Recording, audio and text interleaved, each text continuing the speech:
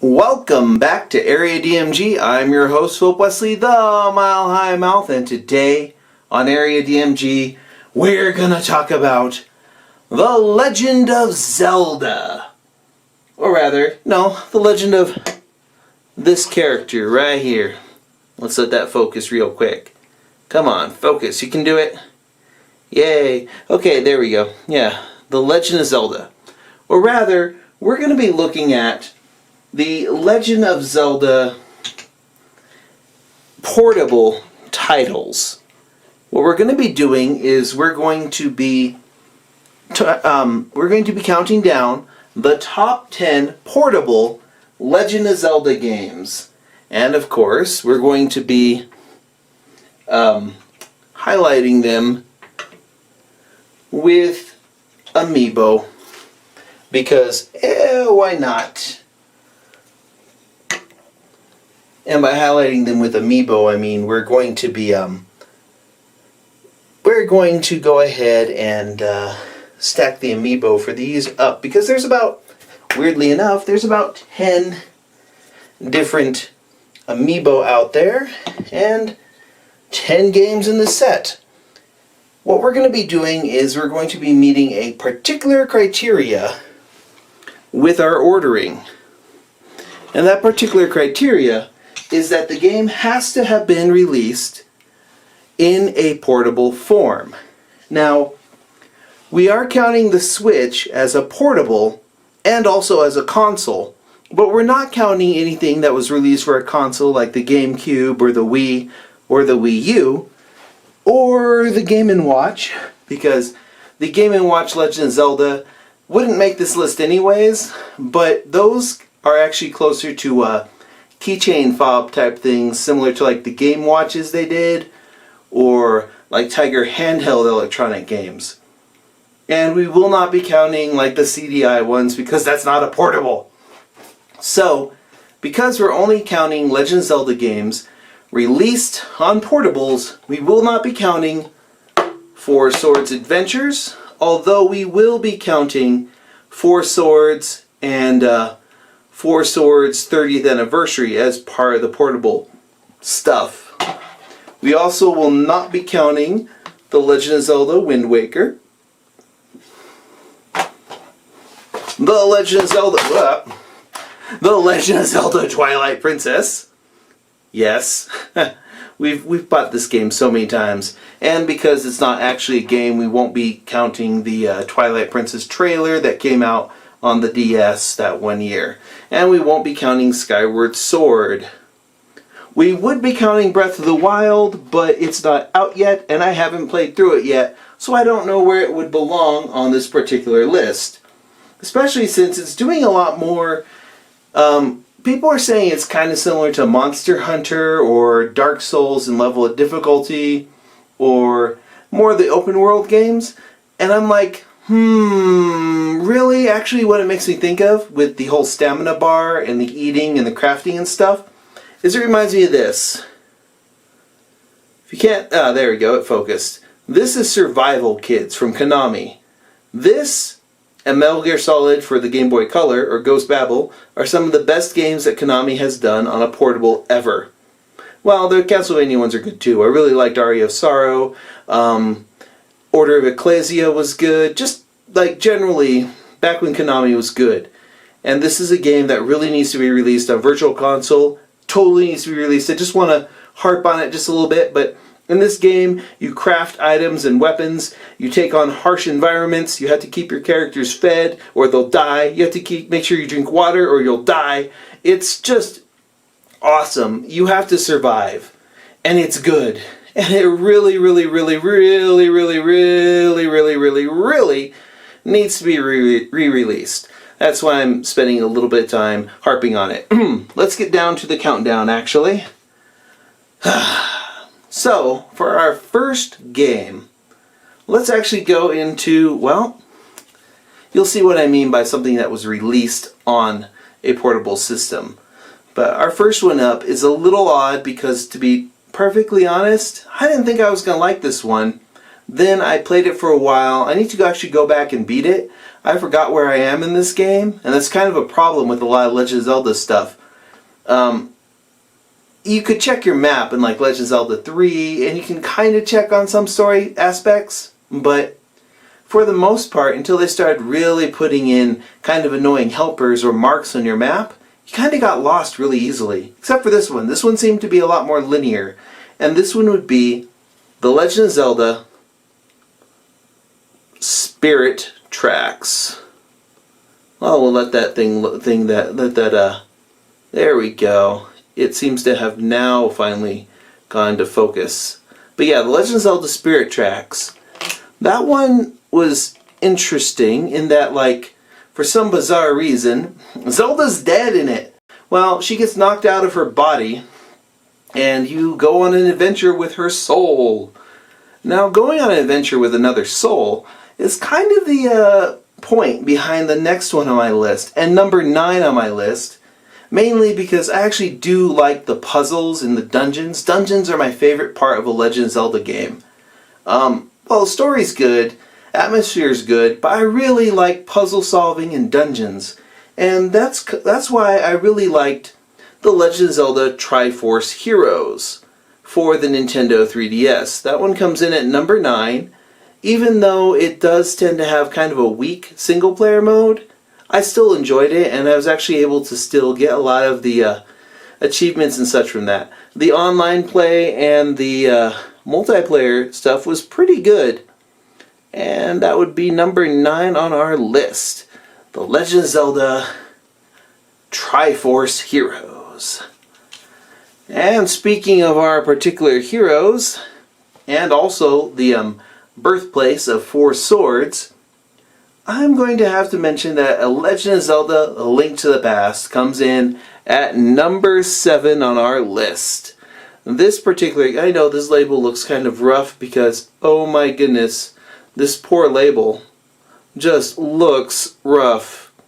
It'll load up in a bit here so you can see it. That's because of how often this thing has been played, and it's been moved in and out of my Game Boy Advance for quite some time. I liked this game. I loved it on the Super Nintendo, and the port of it to the Game Boy Advance was pretty stupendous. Now, that's a great port, but I really, really liked the ports of, say, The Legend of Zelda and The Legend of Zelda The Adventure of Link that happened on the original Game Boy. Oh wait, that didn't actually happen because those were games made by Flagship and Capcom, and they ended up being our number 7 on the list, which would be The Legend of Zelda Oracle of Ages and Oracle of Seasons. Now, I know that's kind of cheating to put these two together, but you need to finish one and then complete the other one to have a more coherent total story. So it's kind of a weird, kind of a Pokemon-esque twist on a classical favorite, and I think it works out pretty well. Out of those two, Ages is more puzzle-oriented, and I really appreciated that about Ages. And it just was kind of the better game overall. Seasons was more action-oriented, but I really liked that Ages had better puzzles and such. Now, sometimes you just want to get into a Legend of Zelda game and just play it, you know? Just want to explore. This is what they're trying to capture back with Breath of the Wild. It kind of makes me think of another game that I rather enjoy, The Binding of Isaac. That one's similar in style, except it takes kind of like a twin stick shooter feel to this game. The original Legend of Zelda, which was released as a classic NES series game on the Game Boy Advance, this one comes in at number 6 on our list. Now we're right down to our top 5 games, and let's go ahead and recap real quick about the ones that have come before. That would be number 10 is Spirit Tracks, number 9 Triforce Heroes, number 8 The Legend of Zelda: A Link to the Past, number 7 The Legend of Zelda: Oracle of Ages and Oracle of Seasons, number 6 the Legend of Zelda, the original one. Now, Legend of Zelda 5, the one that we want to put down as number 5, actually, let's go ahead and change out this particular link and pop in the more appropriate link of The Legend of Zelda Ocarina of Time 3D. Well, whenever that wants to go ahead and focus. Yes, when they announced this for a 3DS, I was so pleased. I was just like, thank you. Thank you. I loved this game on the N64 because it showed me that, well, they could do so much more with the N64. And with the 3DS, the idea of having this on the 3DS with an improved frame rate and improved everything was pretty sweet. Anywho, the next one on our list, let's move this little Wind Waker link over. The next one on our list is actually The Legend of Zelda: A Link Between Worlds. Legend of Zelda: A Link Between Worlds was kind of a throwback to The Legend of Zelda: A Link to the Past, but in a fun, new way. I loved the idea of renting weapons and choosing ahead of time the items you were going to bring into a dungeon. So you had to go and get the right item to hit the right dungeon. And I rather enjoyed that. That was pretty cool. I was pretty pleased with that, actually. Quite a lot of that worked out. And we're seeing a little bit of a return to that in Breath of the Wild. So, what comes in my top 3? Well, our previous ones are The Legend of Zelda Spirit Tracks, Legend of Zelda Triforce Heroes, Link to the Past, Oracle of Ages and Oracle of Seasons, The Legend of Zelda, The Legend of Zelda Ocarina of Time 3D, and The Legend of Zelda A Link Between Worlds. Let's go ahead and put this other link up there. And you should go ahead and, well, he'll eventually, there we go. Now he's sharp. We'll put this link down here. And let's bring in our third title. Coming in at number 3. And one of the best Legend of Zelda games in my opinion. Because, well, one, it had a soundtrack that you could unlock. It had a sound test built into the game. And that was fantastic. Also, I spent a lot of time collecting things in this game. I loved everything about it. The little gimmick that it had, because a lot of Legend of Zelda stuff has a, quote, gimmick to it, and that would be The Legend of Zelda The Minish Cap. This one comes in at number 3 because, hey, I liked it. Remember, this is kind of a subjective list for me. Now, let's see. We're coming up on number 2, and number 2 is quite frankly one of the better storylines in a Legend of Zelda game. My favorite stories for Legend of Zelda games, I really liked what they did with Skyward Sword because of the emotions of the characters. I really liked Ocarina of Time. I really liked A Link Between Worlds. And I really, really, really liked the story in Majora's Mask. Majora's Mask 3D, Legend of Zelda Majora's Mask 3D, was an often rumored but never confirmed game until they finally confirmed it one cold day. And I was just like, life is complete! And it was. Now I really want a portable version of Twilight Princess and Skyward Sword and Wind Waker, and I'll be fine. Yeah. But yeah, that one was the first time they showed me, hey, the 3D storytelling in a Legend of Zelda game can work perfectly fine. Well, before we go on to number 1, let's take a look at the games that didn't make this list. What didn't make this list is Four Swords Adventures. Four Swords, and then Four Swords, the 30th anniversary version that they had. Also, what didn't make it would be The Legend of Zelda Ocarina of Time, The Adventure of Link, I just barely liked Spirit Tracks better. And Legend of Zelda Phantom Hourglass, which was a weirdly direct sequel to Wind Waker, and kind of really just annoyed me.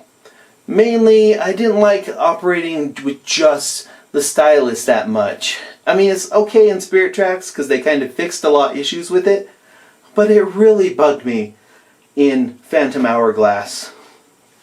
So, while we put down the best amiibo, yay! We're going to put down the best game. Now, if you know me, or if you've been to DMG Ice or Area DMG, you can kind of already guess what is at the top of my list. And at the top of my list is The Legend of Zelda Link's Awakening. I'm showing you the DX version. I cut my teeth on the the one for the original Game Boy. Well, by cut my teeth I mean that's the first Legend of Zelda game I completed. And I have the version that still has the select glitch, where if you hit the select button when you're on the edge of a border and you're about to transition to the next screen, you can hop to the end of the next screen. Sounds like a weird glitch, but it's actually useful if you want to beat the game without ever picking up your sword. Yeah, I tore that thing apart. And then when they put out The Legend of Zelda Link's Awakening DX, they added more features and a new dungeon because, well, Game Boy Color had just arrived, and this was a thing that they wanted to do, and it was awesome. Well, there you have it. Here is my list so far of the top 10 Legend of Zelda games for portables. Now, they have to be something released on a portable, and, well, this is before Breath of the Wild comes out and disrupts this list. We'll know how much it disrupts this list in the future.